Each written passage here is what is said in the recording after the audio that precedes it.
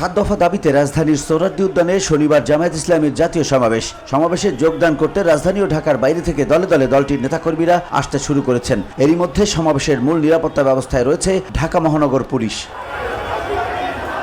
DMP জানায়, ঢাকায় অতিরিক্ত 4000 পুলিশ সদস্য সহ অন্তত 12,000-এর বেশি পুলিশ সদস্য নিরাপত্তায় যুক্ত রয়েছেন। ইউনিফর্ম পরা পুলিশের পাশাপাশি গোয়েন্দা নজরদারি করছেন ডিবির সদস্যরা। 12,000 পুলিশ ছাড়াও আরও কয়েক হাজার র্যাব সদস্যরাও নিরাপত্তার দায়িত্বে রয়েছেন। আইন শৃঙ্খলা বাহিনীর সদস্য ছাড়াও জামায়াতের 6000 স্বেচ্ছাসেবক রয়েছেন।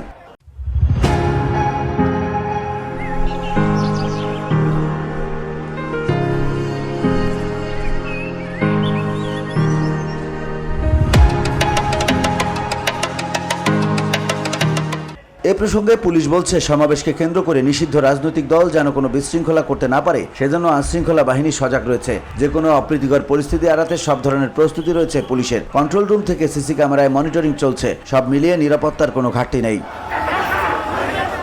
সোহরাওয়ার্দী উদ্যান সহ আশপাশের নিরাপত্তার বিষয়ে জানতে চাইলে রমনা বিভাগের উপ পুলিশ কমিশনার মাসুদ আলম বলেন, রমনা বিভাগের পর্যাপ্ত পুলিশ সদস্য ইউনিফর্ম ও সিভিল ড্রেসে সোহরাওয়ার্দী উদ্যান কেন্দ্রিক সার্বিক নিরাপত্তার দায়িত্বে থাকবে। এর বাইরে সারা দেশ থেকে যেসব গাড়ি আসবে সুনির্দিষ্ট করে পার্কিংয়ের জন্য ট্রাফিক পুলিশ কাজ করছে। BOD Bangla news desk.